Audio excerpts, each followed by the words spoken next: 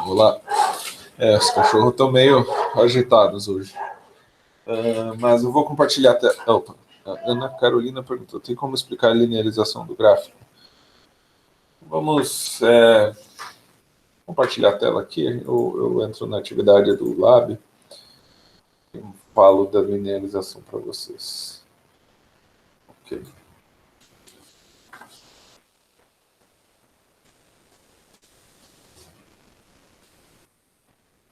Deixa eu entrar aqui na atividade do Lab.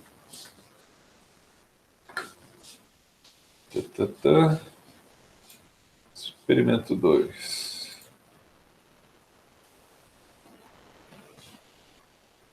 Então vamos lá. Linearização. O que significa? Deixar o gráfico linear. O que não é linear, obviamente. Se já é linear, você não precisa linearizar.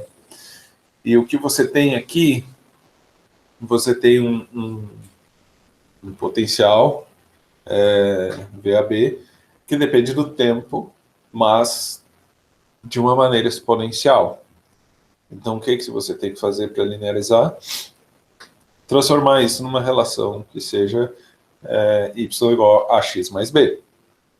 Então, deixa eu pegar essa equação aqui. Deixa eu abrir um novo PowerPoint aqui.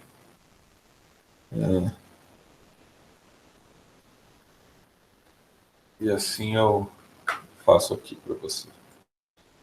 O que a gente tem é o seguinte: V AB de t igual a V0 e na menos t dividido por RC. Então, como é que eu linearizo isso? Eu tiro o logaritmo natural dos dois lados. Então, fico com ln de VAB de t igual a ln de V0, deixa eu fazer inteiro aqui, vai, e na menos t dividido por RC. Ln da multiplicação, a gente pode usar a propriedade da soma. Então, eu transformo isso aqui em ln de V0 mais o ln de e na menos t dividido por RC. Então, colocando o nosso ln de VAB de t, isso vai ser igual ao ln de V0 mais agora o ln da exponencial, no fim, acaba sendo só o menos t dividido por RC. Então, eu fico com menos t dividido por RC. Agora, olhando para isso aqui, a gente pode dizer que isso aqui, então, é y. Isso aqui é um termo constante, porque é V0, então eu vou dizer que é um B. E a gente tem aqui um AT. E o A, então nesse caso aqui, o A é igual a menos 1 sobre RC. Ok? E a gente tem o T equivalente ao X. Ok? Então a gente tem um Y igual a X mais B. Por que a gente está fazendo isso? Basicamente pelo seguinte, porque a gente tem, eu acho que vai na linha do que o Lucas está falando aqui, deixa eu ver o que o Lucas falou. O único motivo pelo qual linearizamos foi conseguir fazer o MMQ linear. Se for o caso, não seria mais conveniente útil aprendermos a usar a ferramenta que fazem regressões não lineares? Sim, Lucas. Só que isso tem raiz em outra coisa. Então, deixa eu fazer a explicação. Então, o que a gente tem? Um decaimento exponencial aqui. Okay? Então, a gente começa com um V0 e assim vai baixando. Então, o que acontece... Ficou muito torto esse eixo aqui. Deixa eu tentar fazer de novo. Ele vai se aproximando do zero exponencialmente, ok? Chega muito perto, nunca chega, é aquela história exponencial. Isso aqui eu não consigo fazer um ajuste linear.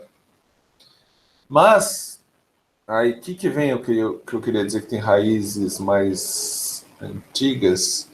Mas, basicamente, se você coloca isso num papel com escala log, nesse caso, escala ln, né?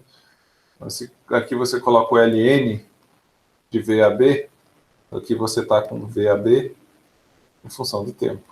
Se você colocar ln de VAB em função do tempo, aí isso aqui basicamente você está tirando o logaritmo, então isso aqui vai virar uma reta.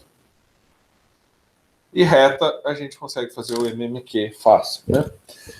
É claro que com as ferramentas que a gente tem hoje em dia, programas de gráfico, você pega essa equação aqui, né, essa curva aqui, e você faz um ajuste a essa equação aqui sem problema nenhum. Não precisa linearizar. Mas essa questão do lab vem de que antes usavam papel milimetrado e papel com escala logarítmica, e aqui você fazia... aí você pegava mesmo aquela questão do pegar um triângulo, né? Fazer esse ponto com esse ponto. Aí você faz as diferenças e se obtém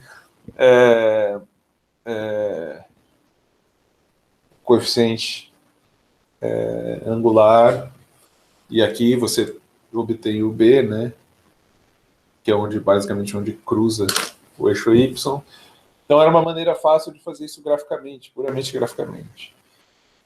Hoje em dia isso não é mais feito, não sei porquê. Bom, pelo menos agora a gente está usando mínimos quadrados, que antes era reta mínima, máxima, era ainda mais complicado. MMQ foi o primeiro passo, a gente não faz mais agora essas reta mínima e máxima. Talvez o próximo passo para o futuro das partes do laboratório dessa disciplina sejam a gente já fazer o ajuste direto. Então a linearização é algo que não é mais usado, mas ainda vem, digamos, disso que está meio enraizado ainda para as disciplinas de laboratório. Mas basicamente o que você está fazendo é isso, transformando uma curva exponencial em uma reta, nesse caso. Pode ser uma curva quadrática, pode ser uma curva, o que for. Aí você vai fazer uma operação matemática para ela cair numa reta, que teoricamente você poderia fazer isso graficamente de uma maneira simples, sem ter que fazer conta de mínimos quadrados, ok? Então, mas hoje o software faz as contas de mínimo quadrado para a gente, então é tranquilo. Mas basicamente nesse lado, então, o que você vai fazer, aí você determina o B vai ser igual a LN de V0, aí você faz, e o A igual a 1 menos RC, então você vai obter o A e o B. Aí você pode, a partir do A e do B, fazer a comparação com os dados experimentais, para os tempos que você mediu. E, no fim das contas, o que ele quer é que você determine... Então, aqui é algo que é uma dúvida bem recorrente. Ele quer que você determine a resistência do multímetro. Então, se você lembrar lá do circuito, você tem, então, a fonte, você tem dois resistores, ok? Tem um aqui e um aqui, se eu não me engano. E aqui você tem o capacitor e tem um voltímetro ligado aqui em paralelo com ele. Desculpa que não ficou muito bem escrito, mas tudo bem. Então, quando você desconecta a fonte, você vai, no fim das contas, ver esse circuito RC aqui, sendo que o voltímetro vai ser o seu R e, obviamente, o capacitor vai ser o seu C. Então, esse valor aqui de resistência, ele vai dar muito longe do que é o seu circuito, que é 330 ohms cada um dos resistores, ok? Então, o que vai dar, esse R aqui, quando a gente está descarregando o capacitor, esse R vai ser a resistência interna do multímetro, nesse caso, que é o... e esses caras costumam ter uma resistência muito alta, ok? É uma resistência alta mesmo de propósito para interferir menos nas medições, por exemplo, com resistor em paralelo. Mas nesse caso aqui, o resultado que vocês têm que achar é perto de 1 mega ohm, ok? 1 ponto alguma coisa mega ohm. Aí depende do seu erro de medida e, obviamente, toda a parte. Lucas, achei um eletrômetro online com 200 teraohms de resistência interna. Então tem alguns bem altos. Até esse de 1 mega ohm não é muito, eu diria. Mas é um multímetro barato. Então, os equipamentos mais especializados costumam ter suas resistências intrínsecas, resistência interna, bem maiores. Mas é isso, gente. Então, cuidado com esse circuitinho aqui, que ele pode levar a você se enganar que está levando em conta essas resistências. Essas resistências aqui são, digamos assim, tão pequenas que nem fazem diferença. Ótimo, gente. Então, vou descartar aqui, não precisa. Mais alguma dúvida? Senão, eu começo aqui com nossos problemas.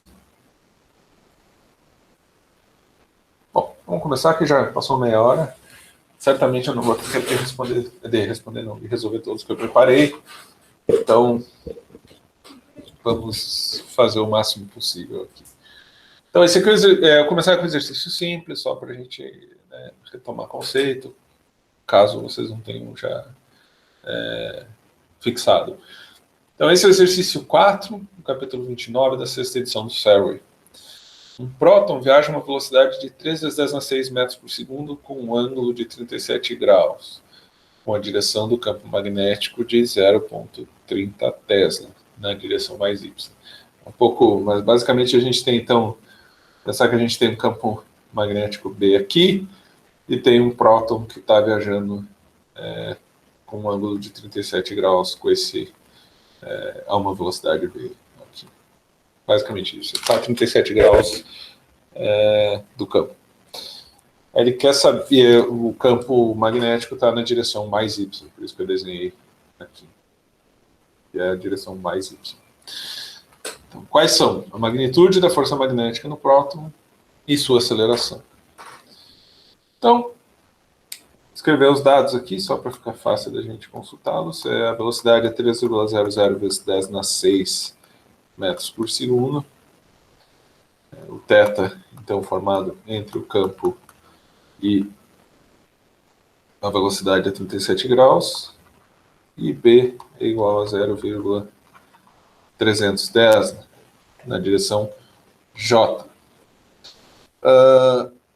Então, na letra A, ele quer saber qual é a força. Força magnética. Então, agora, esse conceito foi representado. Espero que na lição vocês tenham conseguido entender, se não, bom, vamos ver aqui.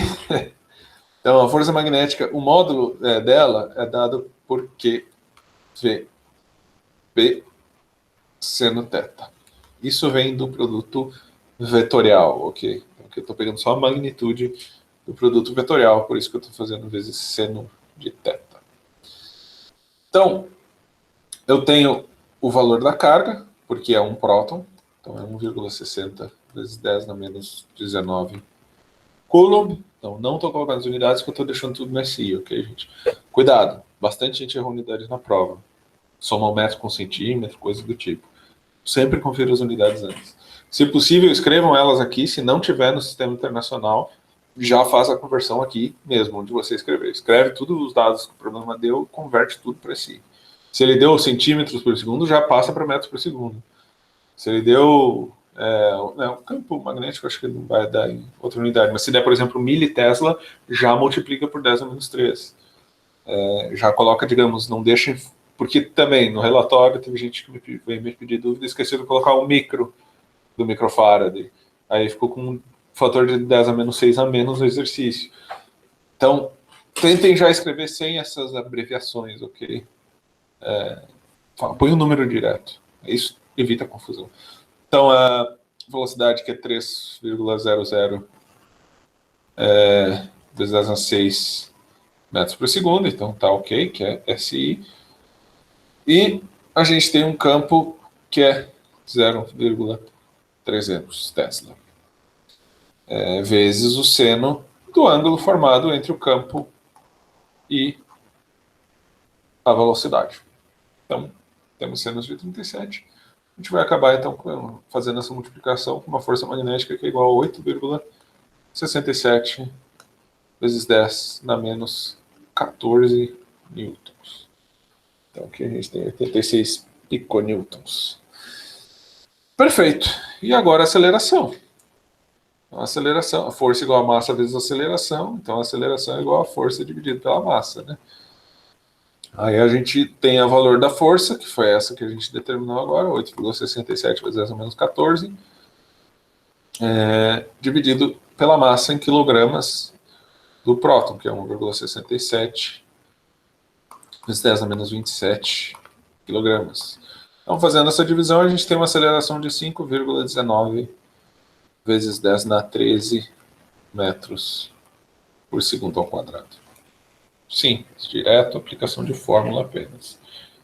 Não vai ser isso que vai estar na prova, mas é só para a gente ver aqui a questão da força magnética, como ela é escrita. em módulo.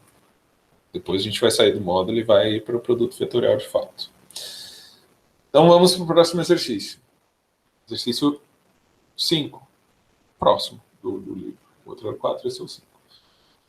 Um próton se move perpendicularmente a um campo magnético uniforme, com uma velocidade de 1 × 10⁷ metros por segundo, estando sujeito a uma aceleração de 2,00 × 10⁻13 metros por segundo ao quadrado, na direção mais x, quando sua velocidade está na direção mais z. Determine a magnitude e direção do campo. Então, ele tem uma aceleração nessa direção mais x, e a velocidade dele está, digamos, na mais z. Ok? Vamos colocar aqui x, z e y. Basicamente, eu estou com uma aceleração aqui e a velocidade aqui. Então, se a aceleração é nessa direção, então a força também é nessa mesma direção. Ok?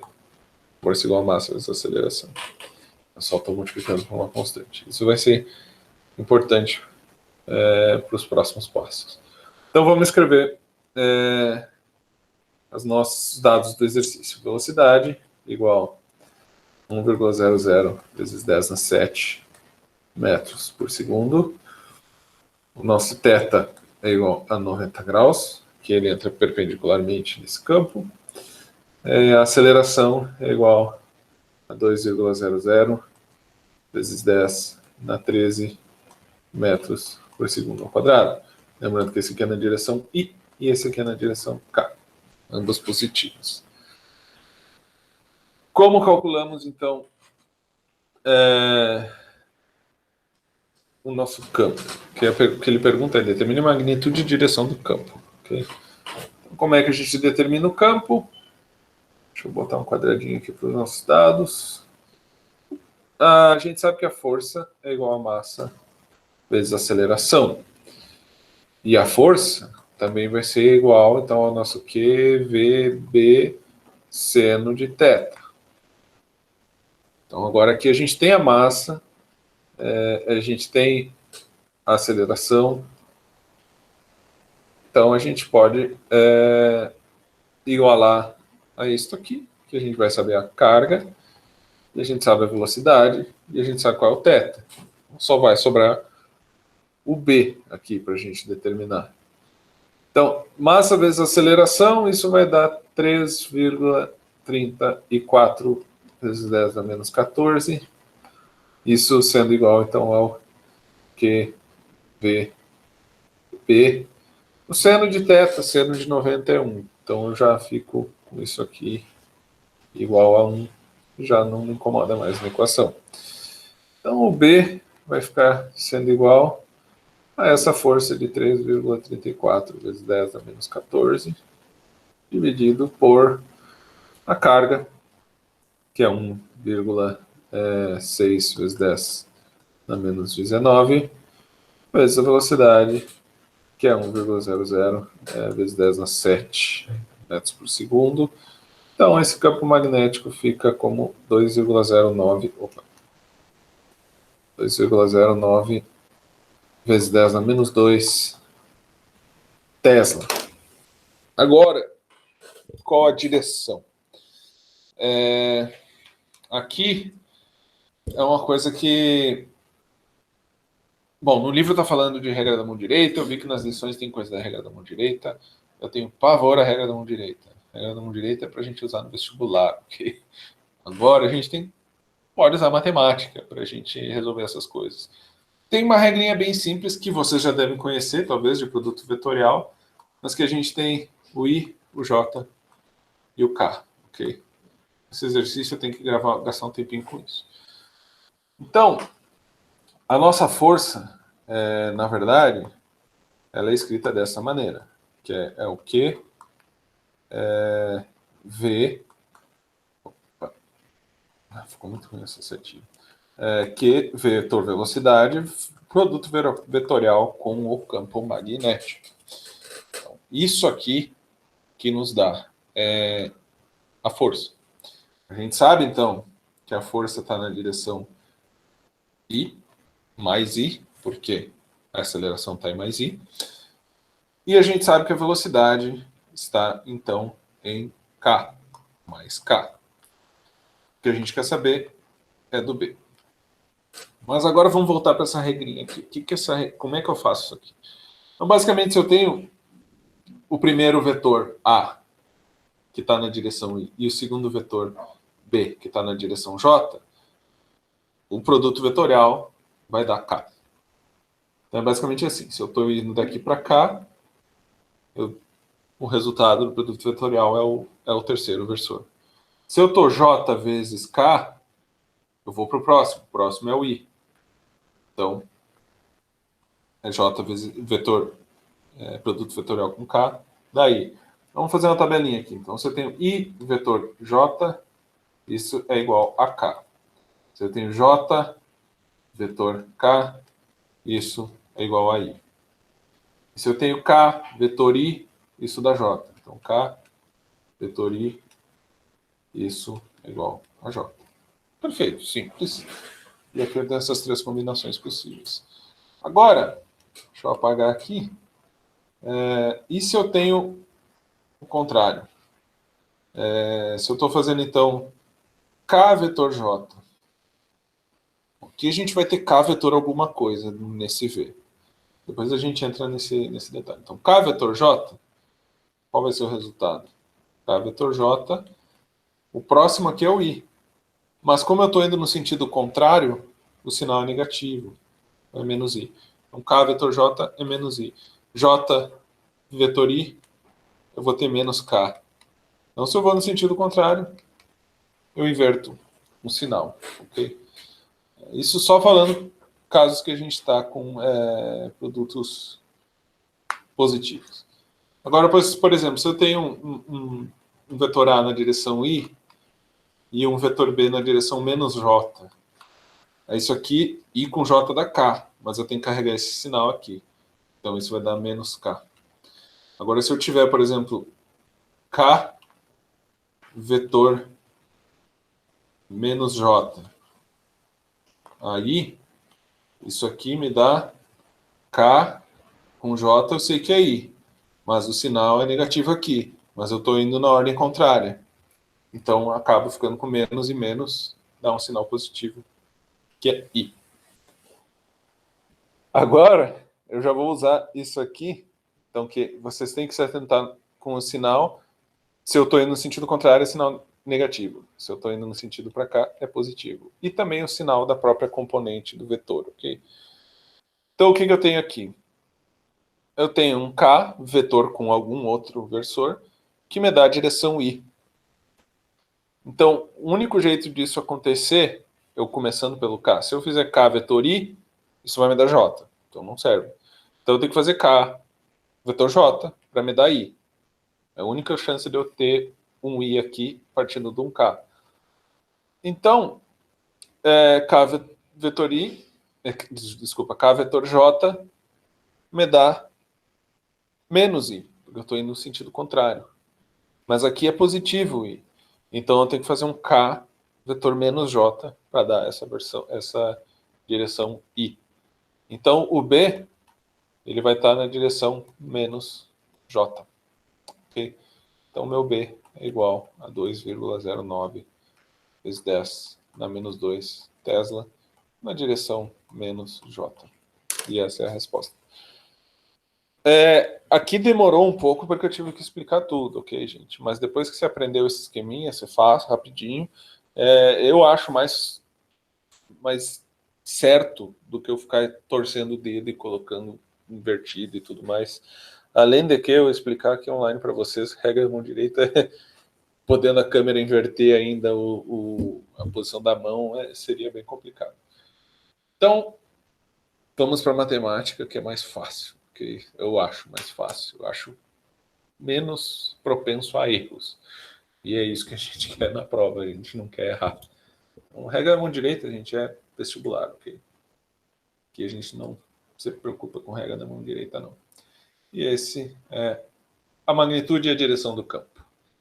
Perfeito. Depois eu vou fazer em outro exercício o produto vetorial em si, que também nos dá a direção do produto em si, né? O resultado do produto, que é montando o determinante, que alguns de vocês também já devem ter visto. Então vamos para o próximo exercício, gente. Próximo exercício eu uso de novo o esqueminha OK de JK, tentar fixar um pouquinho. Se não der, quer dizer, se não entenderem, depois vocês me perguntem mais. Mas a priori, resolvemos mais esse para fixar isso. Então, esse exercício é o 11, do capítulo 29 da sexta edição do Surrey, e diz o seguinte: um fio que tem densidade de massa dada por 0,500 gramas por centímetro cúbico, desculpa, densidade linear, carrega uma corrente de 2 amperes, horizontalmente ao sul. Quais são a direção e a magnitude do campo magnético mínimo necessário para levantar o fio verticalmente para cima? Então, isso é uma coisa que, por conta de ser um livro americano, né, tem essa mania de ficar dizendo que é sul, norte, leste, oeste. Eles gostam muito de usar essas orientações com esses rosa dos ventos, né, basicamente, as cardeais. Então, é normal ter exercício desse nesses livros e talvez isso seja reproduzido na prova. Eu sempre me perco o que é leste-oeste, porque, gente, como eu me lembro do que é leste-oeste, eu penso no oeste, que eu penso do velho oeste nos Estados Unidos, que foi justamente a expansão para a costa da esquerda do mapa, ok? Que é onde é a Califórnia e tudo mais, que antes era México, era mato, um deserto. Então eu lembro disso. Ou para quem é de São Paulo, né, lembrar da Zona Leste, você vai saber que a Zona Leste está à direita do mapa. Então, e Norte-Sul, acho que esse eu nunca me confundi, pelo menos. Né? Isso é normal se confundir, gente. Então, se bem que na prova vocês podem consultar a Rosa dos Ventos. Olha lá e vai aparecer. Isso aqui é sempre o que eu penso mentalmente de como lembrar o que é oeste e o que é leste. Perfeito. Pode ser que vocês não tenham essa dificuldade, mas eu tenho. Então, o que ele está dizendo? Que o fio está horizontal, ou seja, basicamente em cima de um plano, na direção sul. O que ele quer dizer que está na direção menos J? Ele podia dizer só que estava menos J, ou simplesmente contrário ao eixo Y, né, negativo no eixo Y, que a gente ia entender. Eles gostam de colocar isso. Então, agora a gente já está usando uma seção a seguir do livro, que a gente já está com um conceito, então, de momento magnético. Então, a gente usa aqui o FB, é igual a corrente, vezes, então, este L. Este L, eu já entro em mais detalhes. Então, o que a gente vai ter aqui? Esse L, basicamente, vai ser o vetor da direção da corrente vezes com a magnitude sendo o comprimento. Então, a direção da corrente com a magnitude sendo o comprimento do fio, ok? Se for depois a gente vai para o caso de espira, que daí a gente usa o vetor A, que é de área. Então, aqui não chega a entrar momento magnético, não. Eu me adiantei na fala. Então, produto vetorial, a gente pode dizer que é ILB seno θ. Okay? Lembra que o produto escalar a gente coloca cosseno. E o produto vetorial a gente coloca o seno para obter a magnitude. Então, quando que o fio vai começar a levantar? Então, vamos imaginar que ele está aqui. E a gente tem, então, a gravidade atuando nele. E vai ter, então, uma força magnética devido ao campo que vai estar nesta direção aqui. Então, para ele começar a levantar, ele tem que vencer a gravidade. Então, o limiar, digamos, vai ser quando a força magnética for igual à força gravitacional. Nesse caso, ele ainda não levanta, mas qualquer quantidadezinha a mais, ele começa a levantar. A gente vai calcular esse limiar. E a força gravitacional é massa vezes a aceleração da gravidade. A gente vai ter aqui um ILP seno de θ é igual a mg. Então, o campo que eu preciso, eu só isolo o B, que vai me dar, então, mg dividido por IL seno de θ.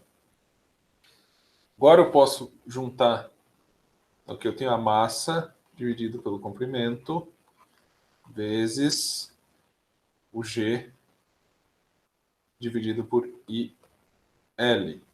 O seno de θ eu já deixo igual a 1, porque o θ vai ser, o campo vai ser perpendicular à direção da corrente, ok? Então, este cara m dividido por L, L duas vezes, desculpa, só I aqui, não escrever bonitinho. Eu copiei duas vezes o L. Então, m sobre L é igual a ρ, que é a nossa densidade de massa que ele dá no enunciado. É a massa dividida pelo comprimento. É justamente a densidade de massa que a gente quer. Então, a gente tem ρg dividido pela corrente. A gente sabe quem é G, sabe quem é ρ, sabe quem é I. Então, o nosso ρ, ele dá que é 5 gramas por centímetro. Então, a gente tem que converter isso para quilogramas por metro.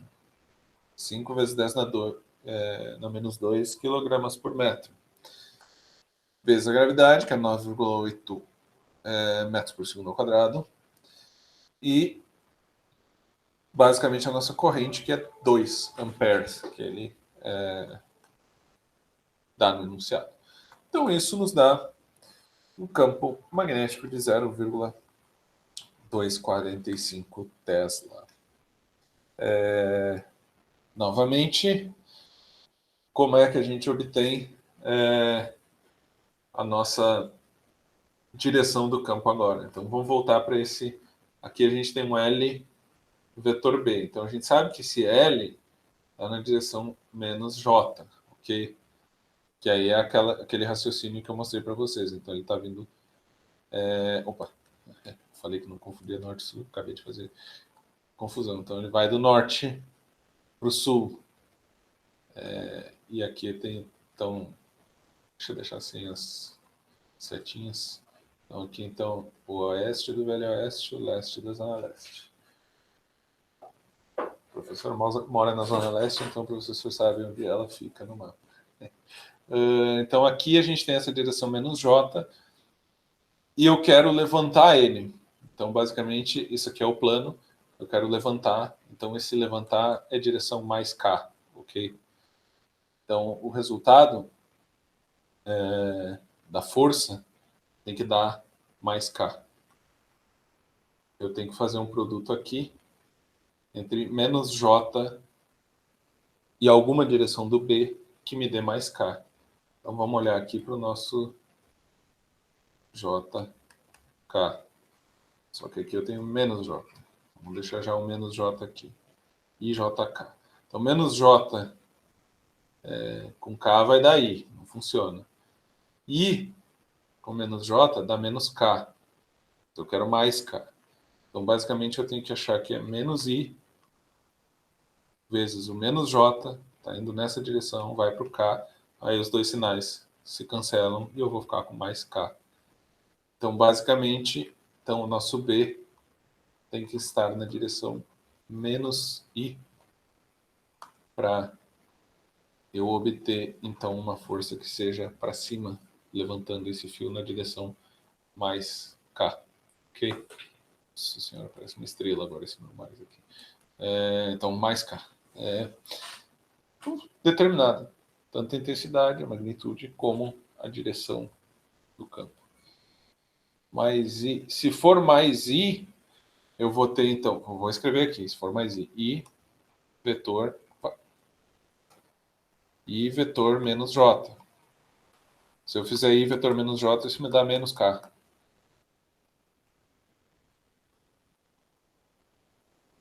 É menos J. A direção do L é menos J. L vetor B. Sim. Se eu fizer Ah, tá. Agora eu entendi. Eu acho que eu fiz o raciocínio errado mesmo. Vamos voltar, então. Talvez eu tenha feito bobagem. Vamos começar do zero. Esquece que o professor falou. Então, eu tenho menos J. É isso. Eu tenho que ir na direção contrária. Tá certo, Lucas? Eu viajei aqui. Então, eu tenho que... J com K vai dar I. Não serve. Então, tem que ser J com I. Tá certo? É isso mesmo. Então, é menos J com I. Aqui dá um sinal menos. Aí fica menos, menos, fica mais. Não, tá certo. É mais I. O raciocínio é errado aqui. Bom, o Lucas já aprendeu direitinho. Eu errei nesse caso. Então, tinha que ir na direção contrária, porque o primeiro vetor é J. Então, isso importa muito, gente. Aqui é a ordem dos vetores. Se você trocou a ordem, aqui eu troquei a ordem. Eu errei o sinal. Não pode trocar a ordem. O primeiro e o segundo. Isso não comuta. Produto vetorial não comuta, diferente de produto escalar, ok? Então, é realmente na direção mais I. Então, a direção mais I, ele está apontando para o leste, ok? J com I, menos J com I dá mais K. É isso mesmo. Perfeito. Então, resolvido. Agora, por que eu pensei isso? Por que eu errei isso? Westward.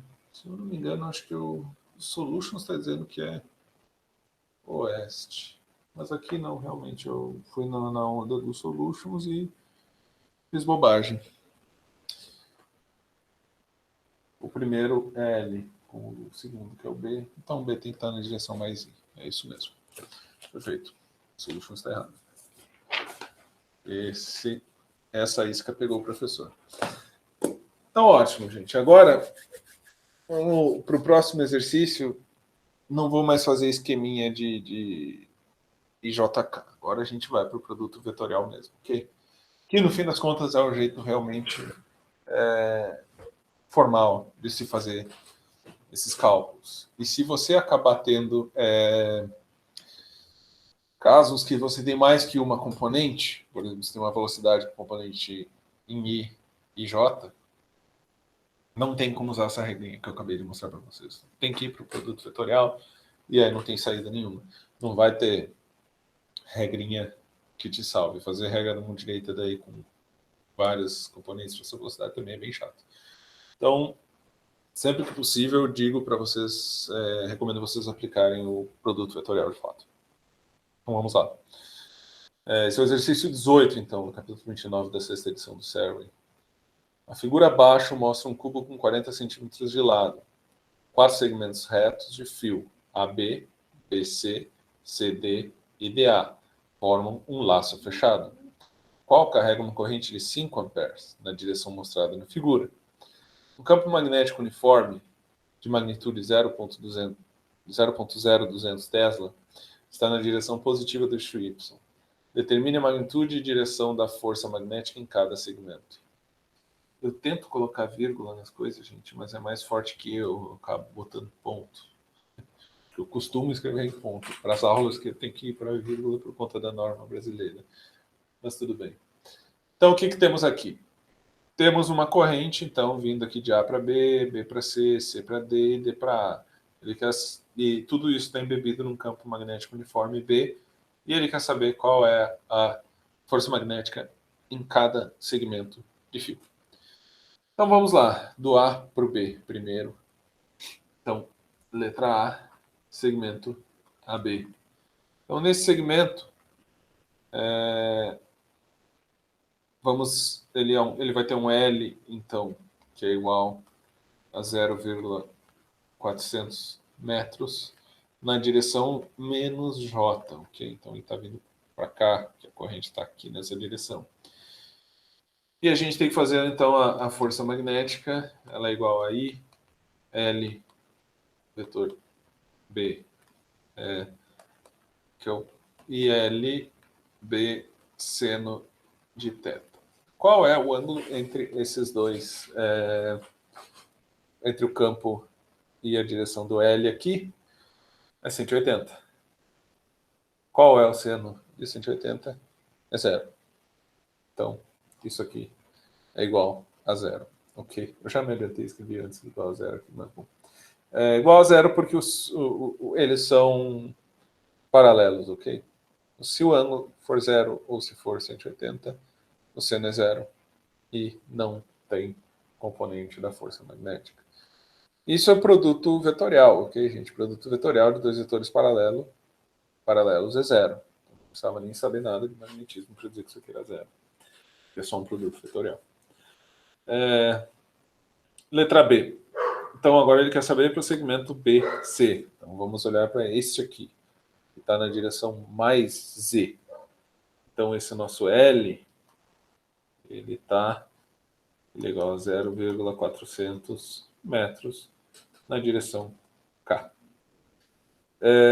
Então agora vamos fazer o FB igual a I, L, B, seno de θ. Quem é o θ agora? Agora 90 graus. Então, pegamos a nossa corrente, que é 5,00 amperes, vezes o nosso L, que é 0,400, vezes B, que é, deixa eu ver aqui, 0,0200, vezes o seno de θ, seno de 90 é 1, então eu nem preciso escrever. Fazendo essa multiplicação, a gente vai ter uma força magnética que é 0,04 newtons. Agora a gente pensa na direção, então a gente tem, vamos fazer o nosso I, JK. Para aqui ainda a gente usa a direção, para a última alternativa que eu vou para o campo de fato. Então aqui a gente tem K e o B está no mais J. K com mais J, isso dá então menos I. Menos I. Essa é a direção, então, da força magnética. Olhando aqui, a gente vai ter, então, aqui, não ficou paralelo certinho, então a gente está no X, tem que estar paralelo ao X bonitinho. Então vai estar aqui, essa direção da força magnética nesse B aqui, acompanhando o menos X. Ainda não consegui deixar bem paralelo, mas tudo bem. A letra C, então vamos para o segmento CD. CD, não B. CD. Esse aqui, o L, está na direção menos I. O L vai ser igual a 0, não, aqui não é 0,400 não. Aqui, então, é a diagonal desse. Não, aqui também não é menos I. Agora, eu estava olhando nessa, mas ele está aqui para outra diagonal. Aqui a gente tem duas componentes. Então, esse L vai ser igual, então, vamos olhar para cá, 0,400 metros na direção menos I, que eu estou vindo daqui para cá, projetando no eixo X, então é menos 0,400. E aqui a gente tem a componente Y, então, que vai também 0,400, aqui positivo, porque ele vai subindo ao longo do eixo Y. Então, esse é o nosso L. Aqui, então, eu posso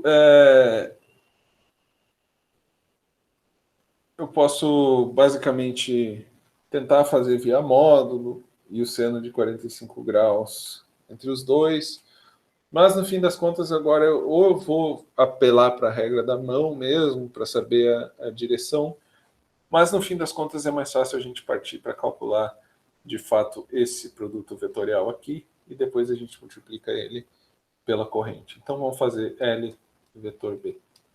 Como a gente faz isso? Para quem não lembra de produto vetorial. Então você coloca aqui I, J, K. Aí coloca o primeiro vetor, importante a ordem. Então vamos colocar primeiro o vetor L, vai ser 0,400, que é menos 0,400. O componente em J é 0,400 positivo. Esse aqui é zero. E o nosso campo magnético, que é 0 na direção X, na direção Y ele é positivo e é 0,0200. 0,0200. E é 0 na direção K. Agora, façamos então, a gente faz então essa multiplicação aqui.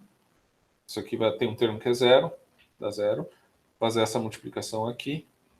0, 0, então fica 0. Já em K, a gente faz daqui para cá. Então, a gente tem isso aqui igual a esse primeiro termo, que é menos 0,400 vezes o 0,0200. É determinante, 3 por 3. A gente vai fazer as linhazinhas e ir acompanhando. Menos. Então, aqui seria essa parte aqui, só que tem um zero. Aqui tem outro zero também, que vai fechar com i, e aqui também é zero. Então, no fim, a gente não tem termos para a outra parte do determinante. Então, só que aqui eu esqueci de um detalhe importante, na verdade não é um detalhe, K vezes menos 0,400 vezes 0,0200. Então, é K.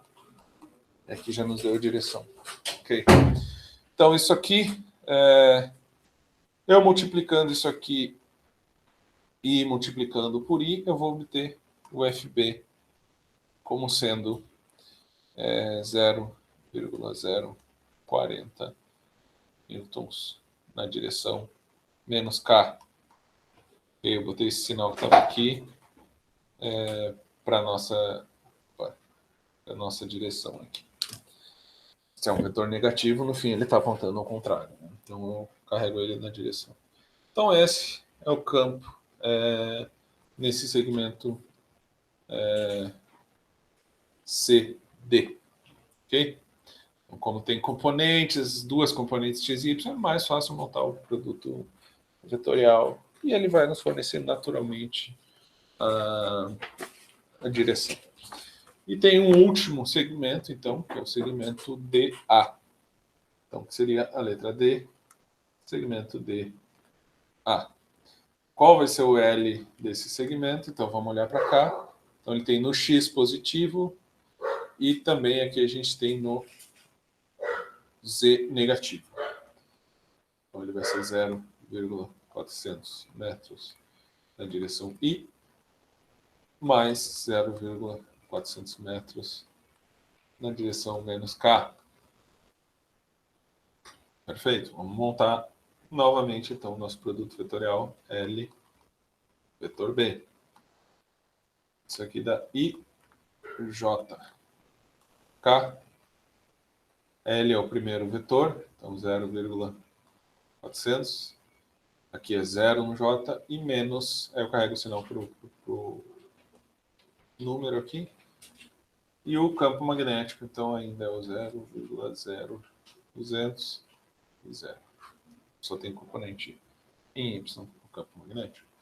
Então, vamos fazer agora nossos tracinhos. Tá, aqui 0, então 0. Esse aqui J com esse aqui e com este dá 0 também. Aí a gente vai ter de novo K, então, com 400 e 0,200. Preciso escrever ele aqui. Então, é 0,400 e 0,0200 na direção K. Agora vamos olhar ao contrário. Aqui 0, aqui não. 0,0200 vezes 0, menos 0,400 vezes I. Então aqui a gente tem menos, e aqui a gente está fazendo, né, quando a gente vem nessa direção, a gente tem sinal negativo. 0,0200 vezes menos 0,400. Isso na direção I. Okay? Desculpa ir para cima da figura aqui. E tem mais um termo aqui, então esse que vai zerar, ok? Que seria então aqui na direção J. Então, o nosso produto L vetor B fica igual. Bom, já vamos fazer vamos fazer já a multiplicação final. A gente fica então com FB, que é igual a I L vetor B. Então, multiplicando por I, os dois termos em K e I aqui, a gente fica, então, esse sinal menos com menos dá mais.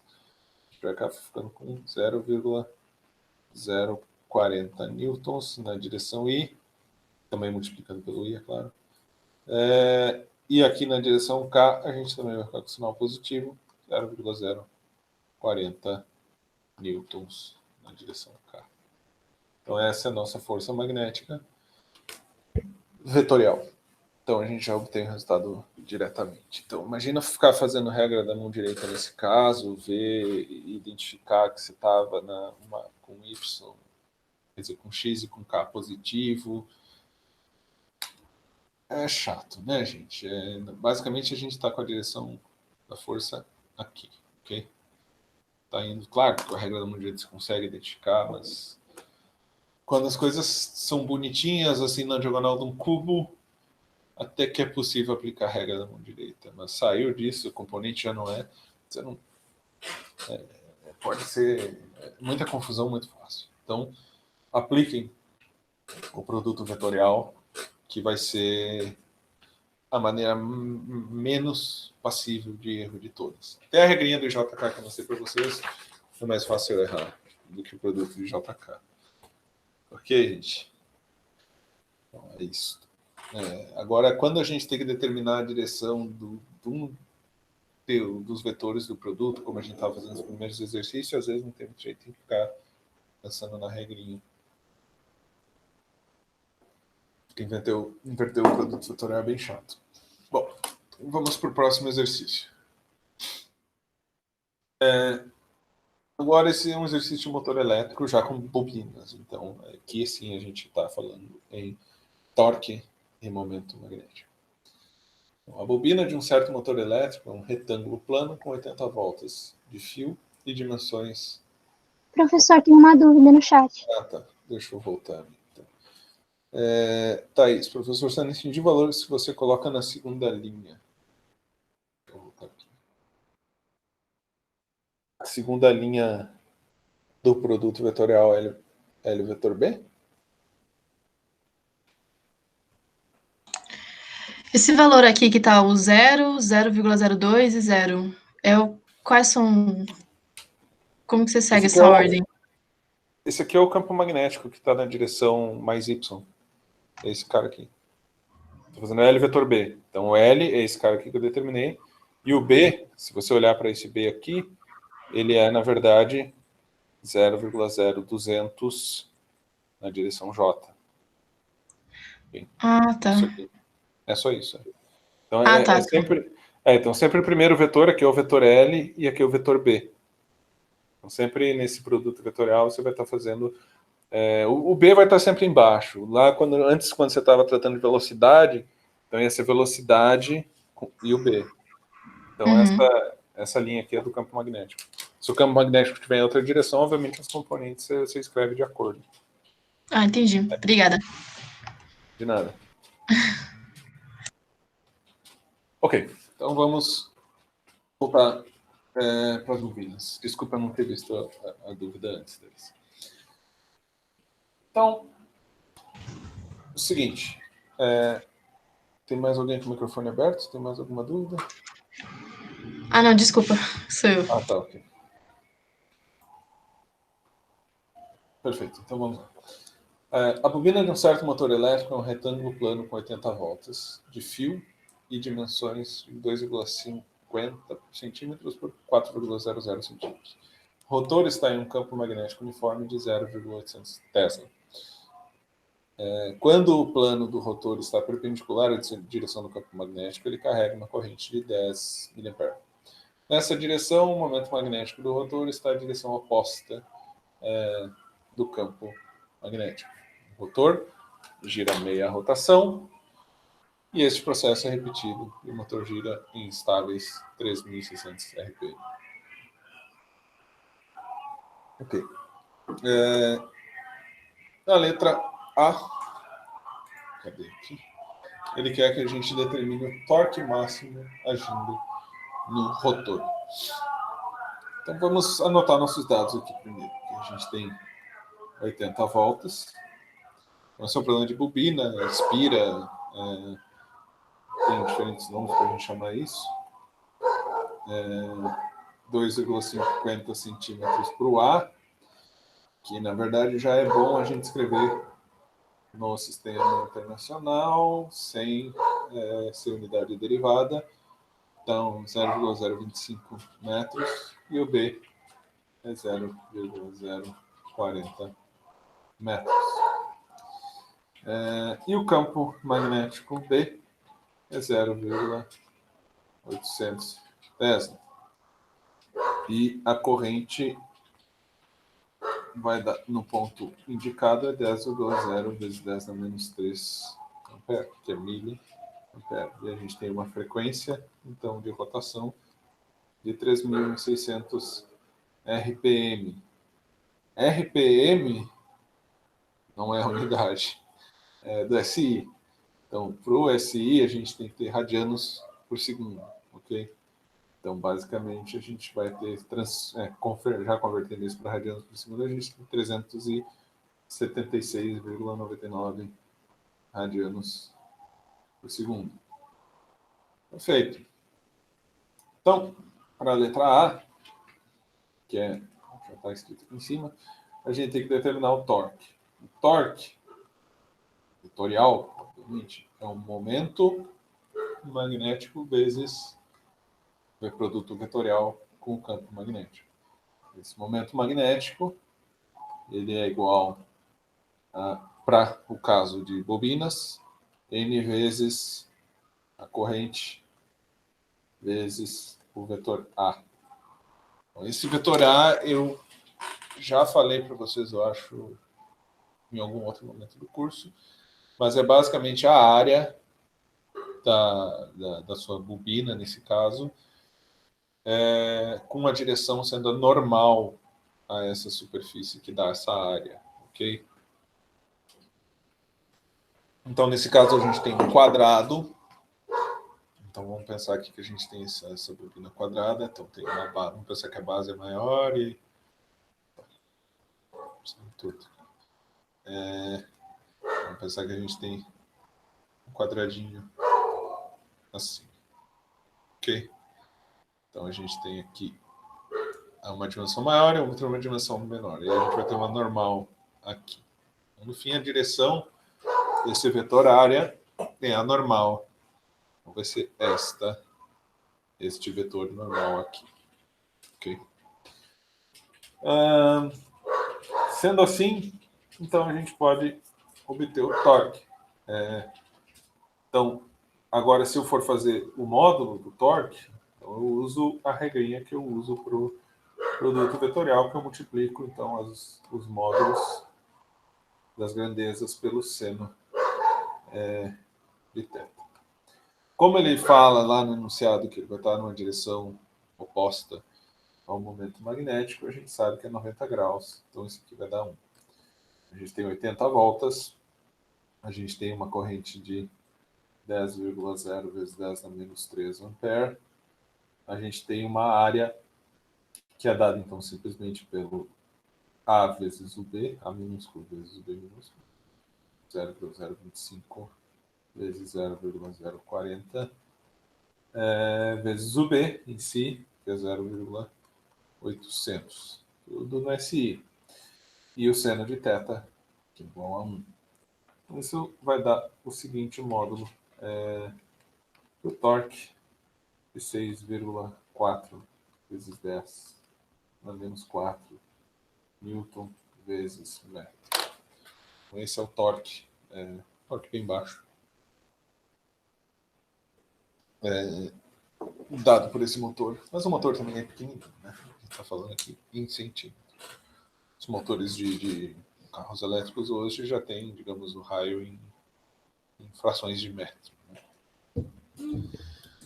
Perfeito. Agora a letra B, ele quer saber a potência máxima do motor.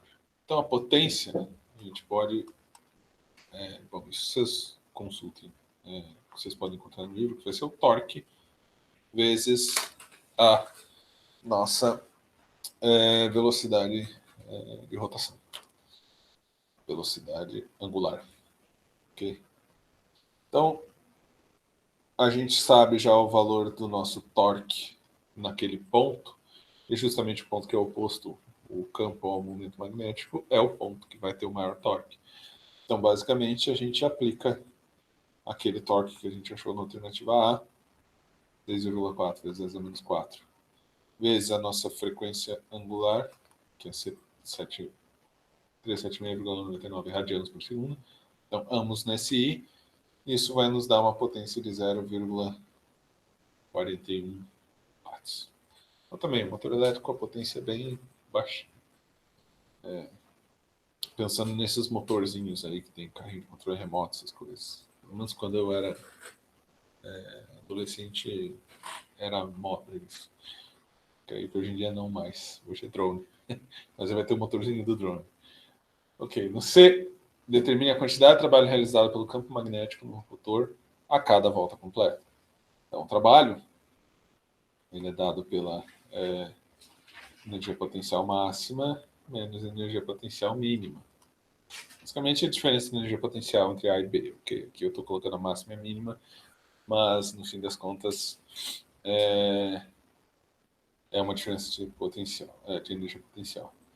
E a gente pode obter esse U para cada um dos pontos, como sendo menos mi produto escalar com B, ok? Aqui não é vetorial, aqui o produto escalar vai te dar energia, que é um número, então tem que ser um escalar, afinal não tem direção. Então, a gente chega no ponto de energia potencial máxima, a gente tem μB cosseno de 180, e no ponto de energia potencial mínima, a gente já tem menos μB cosseno de zero. Então, esses são os pontos de energia potencial máxima e mínima. O ângulo zero com o campo magnético, momento magnético, campo magnético, e ângulo 180. Assim, fazendo essa soma aqui e aplicando os valores do cosseno, a gente tem 2μ vezes B. Então, a gente sabe... Esse W aqui ficou parecendo a de frequência angular, desculpe. Aqui. Vou fazer um W mais quadrado. Então, esse W, a gente sabe o valor, esse μB, a gente já obteve, mas basicamente a gente tem 2 vezes esse NIAB. Foi o que a gente obteve antes, ok? Então, eu posso escrever tudo por extenso novamente, que vai ser 80 voltas, vezes a corrente, que é 10 vezes 10 na menos 3 ampere, vezes a área, que vai ser isto. Vou apagar aqui. Pronto, agora ele resolveu dar bug. Deixa eu apagar esse aqui. 0,40 vezes a magnitude do campo, isso vai dar igual a 2,56 vezes 10 na menos 3 Joule. Então, esse é o valor do nosso trabalho realizado para fazer essa volta inteira. E na D, ele pergunta qual a potência média do motor. Então, vamos pegar a potência média. Esse é basicamente o nosso trabalho dividido pelo intervalo de tempo, de dar uma rotação inteira, que é a potência média ao longo de toda essa rotação. Então, o trabalho eu calculei, trabalho para dar uma rotação eu calculei na alternativa C, 2,56 vezes 10 a menos 3. E qual é o intervalo de tempo para ele dar uma volta? Então, aqui é um pouquinho mais fácil a gente pensar em rotações por minuto, ok? Então, aqui é RPM. A gente passa para rotações por segundo, a gente vai ter 60 rotações por segundo. Então, para eu dar uma rotação, eu vou levar um tempo que é 1 sobre 60 segundos, okay? Porque eu dou 60 rotações por segundo. Então, isso aqui é dividido por 1 dividido por 60, que é o intervalo de tempo para dar uma rotação. Isso vai dar, então, 0,154 watts, como sendo a potência média do motor. A potência de pico foi a que a gente determinou na letra B, que é 0,241, mas a potência média é menor.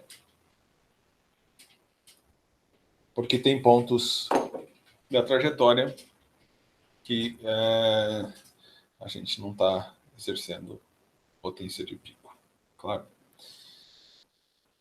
Ok? Então, exercíciozinho bem simples de aplicação de fórmula para motor. câmera está desfocando, não sei porquê. Perfeito.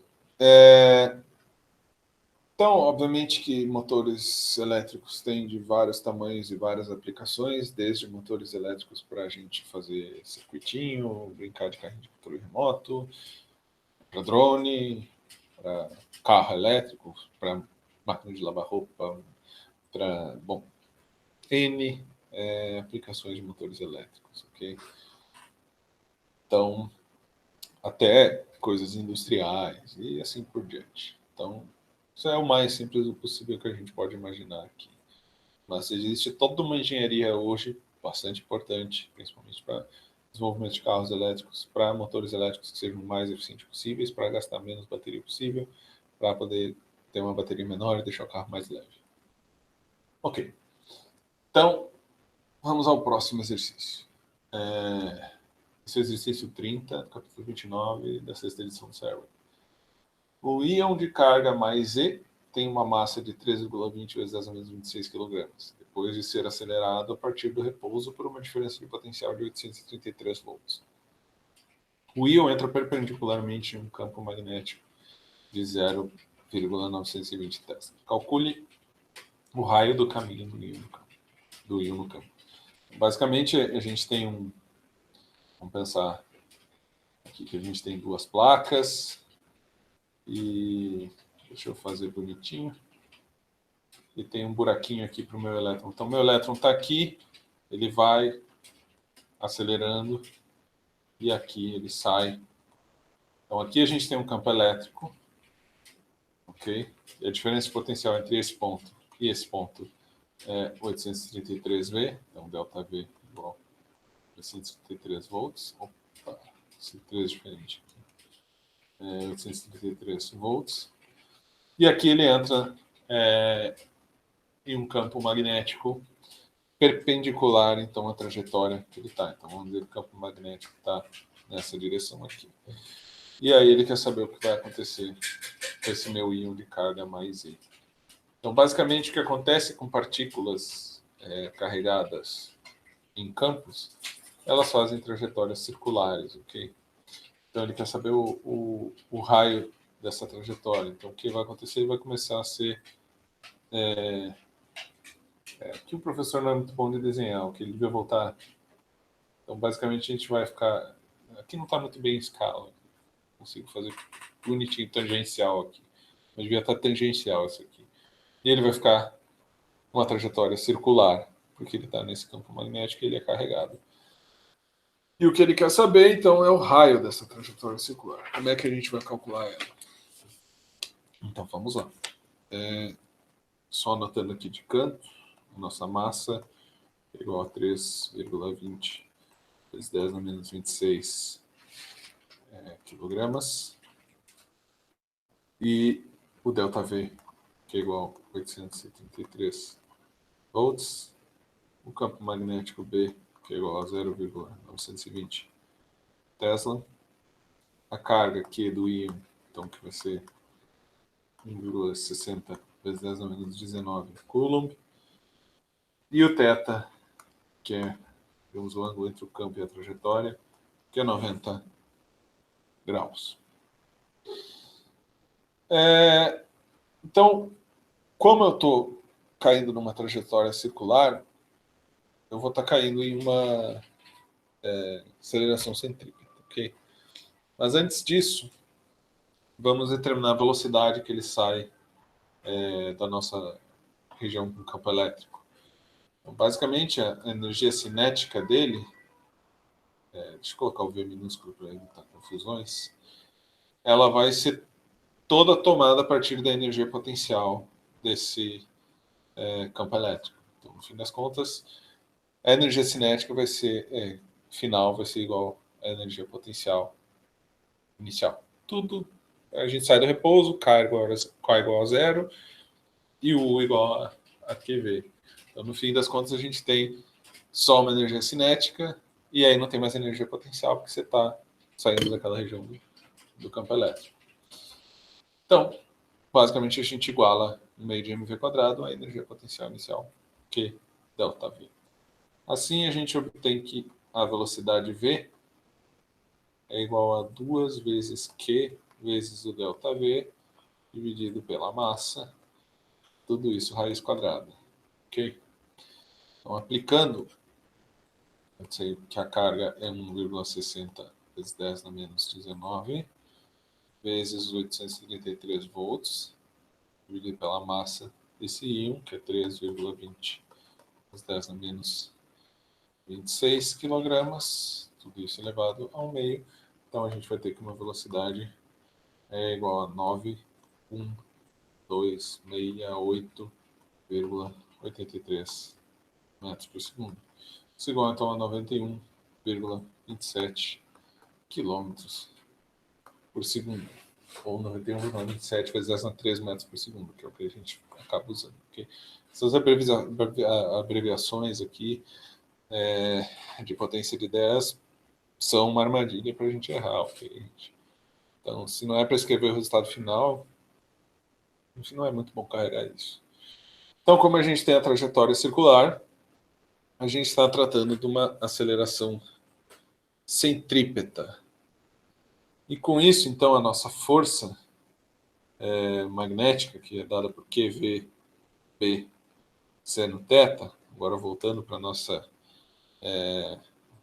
agindo em uma partícula carregada, que então é QV vetor B, seno θ, porque a gente está pegando a magnitude, isso vai ser igual, então, a m v ao quadrado dividido por r. Isso porque a gente está com uma aceleração centrípeta. Okay?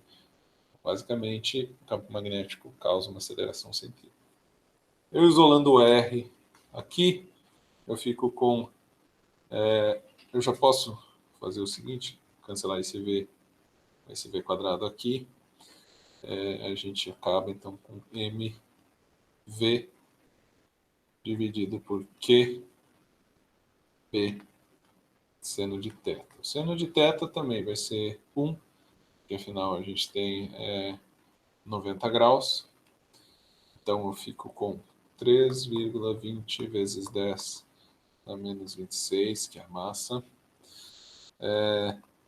vezes a velocidade.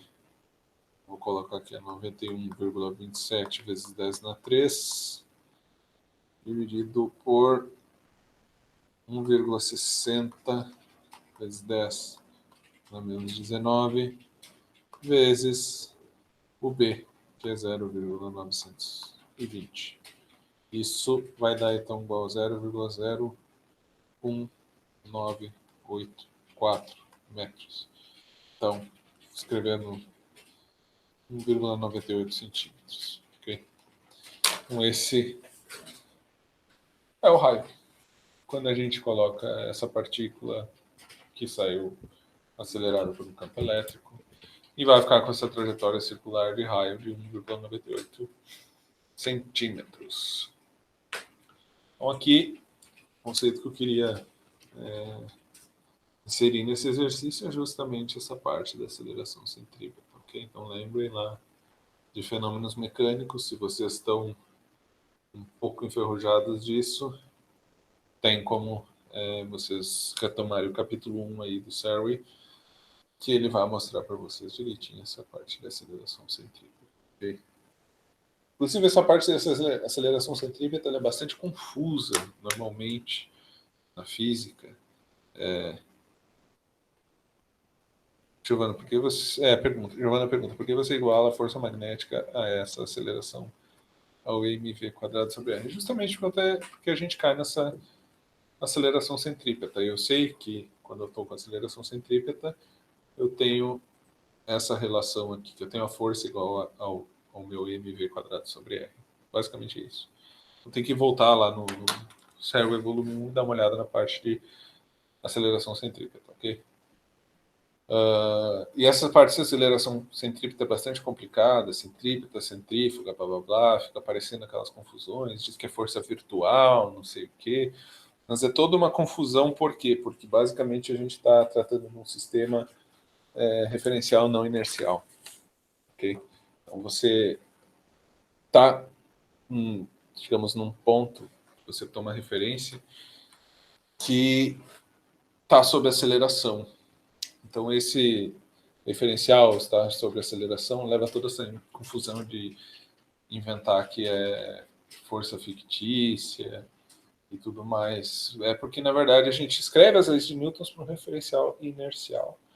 Mas quando a gente vai para esse movimento circular e pensa que o referencial é o objeto que está girando, você está em um objeto que é acelerado, então é um referencial não inercial, e aí surge toda essa confusão. Okay? Então, não é à toa que é confuso, é uma adaptação meio acochambrada das leis de Newton, que não são para valer em referenciais não inerciais. Então, Giovana, dá uma olhada lá na parte do capítulo do volume 1, Serwin, parte de movimento circular. Ok? Lá, se você não lembra bem, aí vão estar todas essas relações. Mas, no fim das contas, não tem muito mistério, não. Eu acho que até no que é mostrado no próprio Serwin, aqui no volume 13, eletro, já seja o suficiente. Então, dá uma olhadinha ali antes. Se você não entender, aí volta para o volume 1. Se ainda ficar meio confuso, me manda mensagem, e-mail, o que for. Perfeito. Então, vamos para mais um. A gente tem tempo. Acho que é capaz de eu conseguir vencer hoje os que eu preparei. Tem mais 2, 3 exercícios, mas são 2 rápidos. Então, vamos lá. Um seletor de velocidade consiste em campos elétricos e magnéticos descritos pelas expressões E igual E vetor, né, igual a EK, e B vetor igual a BJ. Com B igual a 15,01 militesla, encontre E, tal que um elétron de 750 eletronvolts se movendo ao longo do eixo X positivo não seja defletido. Então aqui tem algumas coisas importantes de eu mostrar para vocês. Primeiro, o que diabos é um elétron de 750 eletronvolts? Na física, quando a gente fala isso, a gente está falando que a energia cinética desse elétron é 750 eletronvolts. Ok? Então é isso. Um elétron que tem uma dada energia associada a ele é energia cinética. Então esse é um conceito que a gente vai precisar para esse exercício. Então, o campo elétrico, vetor E, é igual a E vezes o versor K. E o campo magnético B, então é o B vezes o versor J. Sendo que o B, essa constante B maiúsculo, tem essa magnitude de 15,0 vezes 10 na menos 3 Tesla. E a energia cinética, então, do nosso elétron é 750 eV, elétron volts.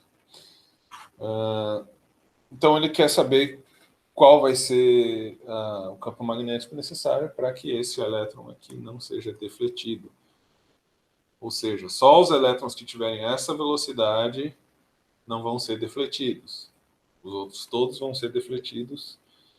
E então vamos pensar que você está injetando o elétron aqui. Você tem outra portinha aqui. E aqui você coloca esse campo magnético B. Ok? Então, se eu tiver um elétron que faça exatamente esse caminho, qual é o B que eu tenho que colocar aqui para ele retinho? Já os outros elétrons, eles vão todos defletir e colidir e ficar dentro do seletor de velocidade. Então, isso que é um seletor de velocidade, você vai passar o elétron com a velocidade que eu quero. Então, para isso acontecer, a força magnética tem que ser igual à força elétrica, para que eu continue com essa retinha aqui. Então, a força magnética é QVB. Aqui eu já estou colocando que sendo de θ é 1, que o θ é 90 graus. E a força elétrica é a carga vezes o campo elétrico. Então, também tem um campo elétrico aqui, ok, gente? Então, o campo elétrico e magnético tem que se igualar para que o elétron siga retinho. Aqui. As forças elétricas e magnéticas são os campos. Então, como eu determino esse meu V? Então, aqui a gente tem que usar a informação que foi nos dada. Então, deixa eu puxar para cá. O V vai ser igual... Então, eu não escrevo direto V igual. A gente sabe que a energia cinética 1/2 de mv² é igual a K. A gente tem o valor do K. Então, o nosso V vai ser igual a raiz quadrada de 2K dividido por M. Então, só isolei o V aqui. Perfeito. Então, vamos substituir isso aqui. A gente vai ficar com a carga aqui. A gente já pode cortar carga. A gente fica, então, isolando o campo elétrico aqui. Qual vai ser o campo elétrico que a gente precisa? Vai ser B vezes a raiz quadrada de 2K dividido por M. Basicamente, eu já estava só com E aqui quando eu cortei o Q. Então, é V, que é esse valor aqui, vezes o B. Então, isso aqui nos dá, então, o B, que é 15,0 vezes 10 na menos 3 Tesla, vezes a raiz quadrada de 2 vezes 750, não, é 750 é energia cinética, só que a gente tem elétron-volts. Então, eu não posso esquecer desse E aqui, que é 1,60 vezes 10 na menos 19, ok? Então, quando eu tenho energia em elétron-volts, eu não posso esquecer que, na verdade, tem um E que eu estou carregando dentro dessa energia. Okay? Isso, então, dividido pela massa do elétron, que é 9,11 vezes 10 na menos 31. Então, isso nos dá um campo elétrico de 244 kV por metro. Okay? Então, basicamente, é isso. Que se você entrar em detalhes das direções bonitinhas, na verdade ele dá aqui. Então, se eu tenho mais J aqui, eu tenho um campo mais K que estaria saindo aqui do plano. Então esse é o nosso campo elétrico aqui. E o B está aqui na direção mais J. E a trajetória da partícula segue em X retinha, apenas se o campo magnético for de 15,0 vezes 10 a menos 3 Tesla e o campo elétrico for igual a 244 kV por metro para um elétron que entre nesse sistema de seletor de velocidade com uma energia cinética de 750 elétrons. Então, assim você seleciona seus elétrons. Para que eu vou querer saber disso, a velocidade do elétron? Bom, você pode, por exemplo, com isso você saber o que elétrons estão sendo emitidos no material. Você vai contando, mudando o campo elétrico e magnético aqui, você vai contando quantos tem cada energia. Aí você pode fazer um espectro, por exemplo, de emissão de elétrons de um certo material, de acordo com alguns picos característicos que você vai associar, por exemplo, a transições atômicas, e você consegue ter informações sobre o seu material. Então, selecionar a velocidade de elétrons pode ser bem mais interessante que vocês imaginam. Ok. Então, resolvido, rapidinho, temos mais 15 minutos aqui. Vamos para outra. Um síncrotron foi planejado para acelerar prótons com um campo magnético de 0,450 Tesla, em uma região de raio de 1,20 metros. Qual a frequência síncrotron e qual a velocidade máxima dos prótons? Então, síncrotron, basicamente, você tem um anel que você acelera ou prótons ou elétrons, ok? Então, depende da engenharia que você está usando. No sentido horário ou anti-horário, tanto faz. Desenho anti-horário, que é a nossa convenção de positivo para velocidade angular. Então, esse aqui é um síncrotron pequeno, que tem um raio de 1,20 metros. Inclusive, no Brasil tem um síncrotron, está se construindo um novo síncrotron, vai ser um dos maiores do mundo. E o raio a gente está falando em por volta de centenas de metros. Okay? Estive lá há algum tempo e é realmente gigantesco. Mas esse aqui é um síncrotron de mesa, digamos. E esse síncrotron também a gente usa, que a gente tira, na verdade, do síncrotron, são fótons, a gente acelera os elétrons para depois eles emitirem fótons. E os fótons que você usa para fazer as mais variadas espectroscopias. Então, como a gente vai calcular esse raio? Então, a gente tem o campo magnético, que é 0,450 Tesla. A gente tem o raio, que é 1,20 metros. Na verdade, ele quer saber primeiro a frequência síncrona. Desculpa, não, o raio foi o que a gente fez no exercício anterior.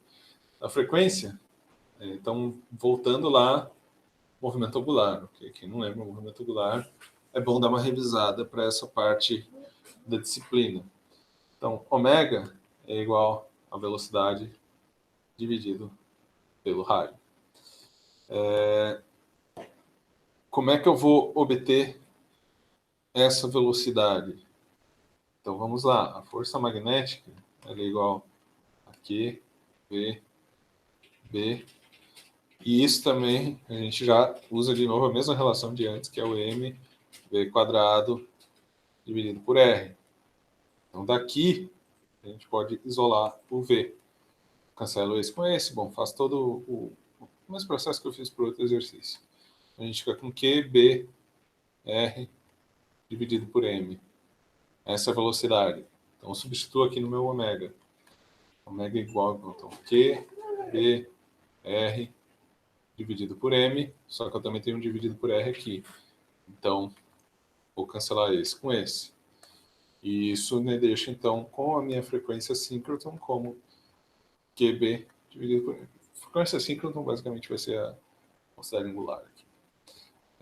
Então, a gente tem 1,60, que é a carga, vezes 10 a menos 19, vezes o campo magnético, 0,450, e 1,67 vezes 10 a menos 27. Isso vai dar igual a 4,31 vezes 10 na 7 radianos por segundo. Então, o interessante disso aqui é que não depende do raio, ok? Somente da carga e da massa. Então, se eu trocar para elétron, vou dividir por um número bem menor. Então, essa frequência vai ser maior. Se eu aumentar o campo, a frequência vai ser maior também. Então, não vai depender do raio, a frequência. No fim das contas, o que vai mudar é a velocidade, que é o que ele pede na letra B. Então, na letra B, ele quer saber qual a velocidade. Então, a velocidade é QBR dividido por M. Agora, a gente tem o valor da carga, que é 1,60 vezes 10 na menos 19. A gente tem o valor do campo, que é 0,450. A gente tem o valor do raio, que é 1,20 metros. Tem o valor da massa do próton, que é igual a 1,67 vezes 10 na menos 27. Isso fica igual então a 5,17 vezes 10 na 7 metros por segundo. Então, se eu aumento o raio, eu vou aumentar a velocidade dos elétrons, ok? A frequência ômega dele não muda com o raio, então a velocidade tem que aumentar para ele varrer a mesma circunferência no mesmo tempo. Então, por isso que aumenta-se o raio dos síncrotrons, e o mesmo vai valer, por exemplo, para aceleradores tipo LHC, que aceleram prótons também para colisão. Você aumenta o raio para aumentar a energia, porque a energia basicamente vem da velocidade que dá a energia cinética desses prótons. Então, quando você vê lá, o LHC tem 1 teraelectronvolts, agora está em 10 teraelectronvolts. É tudo energia cinética das partículas que ele está acelerando, ok? Então, basicamente é isso. Então, vamos para uma última questão. Essa já dos problemas adicionais. Então, digamos, é mais complexa. Mas, na verdade, se você sabe fazer o produto vetorial, ela é tão simples quanto as outras que a gente já fez. Então, ela é a questão 57 do capítulo 29 da sexta edição do Server. Uma carga positiva, que é igual a 3,20 vezes 10 a menos 19 coulomb, se move com uma velocidade V igual a 2I mais 3J menos K metros por segundo, através de uma região que possui um campo elétrico e um campo magnético. Letra A. Calcule a força total agindo na carga para B igual a 2I mais 4J mais K, Tesla. E E igual a 4I menos J menos 2K volt por metro. E a letra B, qual ângulo esse vetor forma com o eixo x positivo? Perfeito. Então, a velocidade é dada por 2i mais 3j menos k. Isso em metros por segundo. Já está no SI. A carga Q é 3,20 vezes 10 na menos 19. Ele dá, então, na letra A, o valor do campo, que é 2i mais 4j mais k em Tesla. E o campo elétrico, ele nos dá 4i menos j menos 2k. Isso em volt por metro. Bom, vamos então calcular qual a nossa força elétrica. Força nesse sistema. A gente tem campo elétrico, então a gente sabe que a força vai ser dada por Q, produto escalar com E, e tem campo magnético, que a gente tem com Q vezes V, vetor B. Então são duas forças que a gente tem, tanto a elétrica quanto a magnética. Então, basicamente eu escrevo a soma das duas. No exercício do seletor de velocidade, eu igualei isso aqui a zero, então uma fica igual a outra.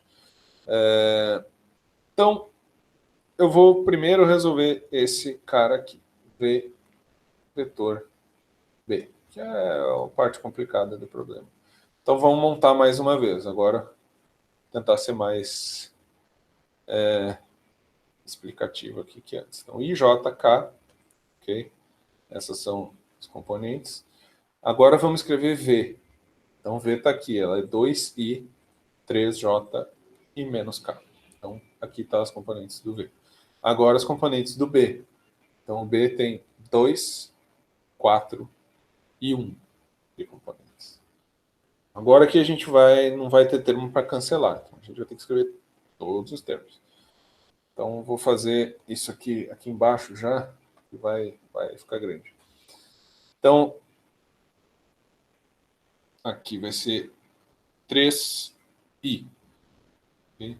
3i. Aqui a gente vai ter menos 2j. Então, menos 2j.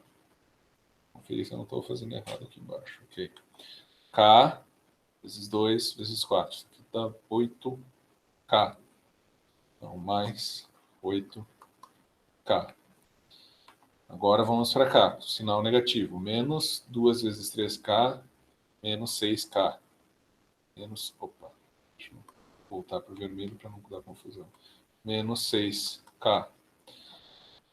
Que menos 4 vezes menos 1 dá mais 4i. Então, mais 4i. Agora o último termo, 1 vezes 2 vezes j, só que esse não é negativo, então dá menos 2j. Menos 2j. Então, somando aqui o que tem i com i, j com j, k com k, a gente fica com 7i menos 4j mais 2k. Agora a gente pega esse resultado aqui. Então vamos fazer a nossa força. Vai ser igual a carga vezes, então, o meu campo elétrico, que é 4i menos j menos 2k. Então, peguei só o campo elétrico e escrevi. Mais, então, o resultado desse meu produto vetorial. A carga eu deixei em evidência, ok, gente? 7i menos 4j mais 2k. Então, já pode ver que menos 2k, mais 2k, 4i com 7i dá 11i, e aqui a gente tem menos 4j, 1 menos j dá 5, então a gente fica com a carga vezes 11i menos 5j. Então, multiplicando isso pela carga, a gente fica com a força igual a 3,52 e menos 1,60 J. Isso vezes 10 na menos 18 newtons. Lucas, professor, a quantidade V vetor B tem algum significado físico? Ela dá a direção da força. Então, por si só, você precisa multiplicar pela carga para dar força. Fora isso, não sei te dizer se teria um significado físico. Se você vai para a parte que você está usando o momento magnético, né, aí, mesmo assim, acho que o V vetor B, sem multiplicar pela carga, não vai ter significado físico. Teria que olhar a unidade disso, como é que fica. Mas aí tem que abrir Tesla. Talvez, olhando a unidade, eu imagino. Mas eu nunca parei para pensar sobre o significado físico de V vetor B sozinho, sem multiplicar pela carga. Unidade de campo elétrico. Não sei te dizer. Essa é a resposta, não sei te dar. Nunca parei para pensar. Se tem significado físico, depois quando a gente vai fazer campo, a gente tem os associados a... talvez tenha, mas eu não sei te dizer agora, não. Realmente não... Talvez tenha, mas eu acho que não. Então vamos lá. E a letra B, ele pede o ângulo, então, entre essa força e o eixo X. Como é que a gente obtém um ângulo? A gente pega um arco cosseno da componente X da força, dividido pelo módulo dessa força. Então, assim, a gente obtém o ângulo entre a força e o eixo X, ok? É isso que ele está pedindo aqui. Então, é operação vetorial, como a gente obtém ângulos. Então, isso vai dar o arco cosseno.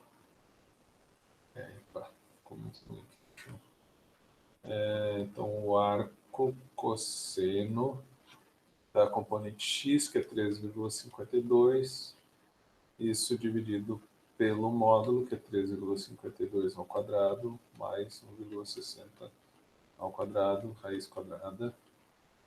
Então, isso vai nos dar, já tirando o arco cosseno, 24,4 graus com eixo x.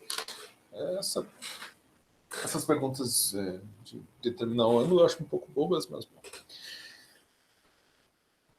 Agora, imaginem você fazer esse exercício aqui usando a regra da mão direita.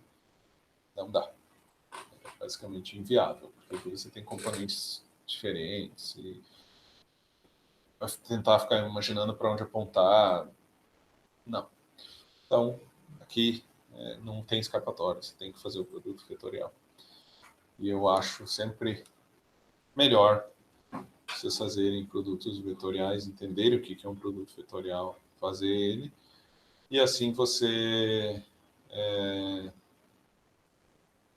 pode fazer o exercício sem errar, porque você apontou o dedo para o lado errado, ou na hora estava com a caneta na mão direita e usou a mão esquerda sem querer, e aí você erra o sinal. Ok, gente. Isso era o que eu tinha preparado para hoje, deu bem certinho no tempo. Então, mais alguma dúvida, pessoal?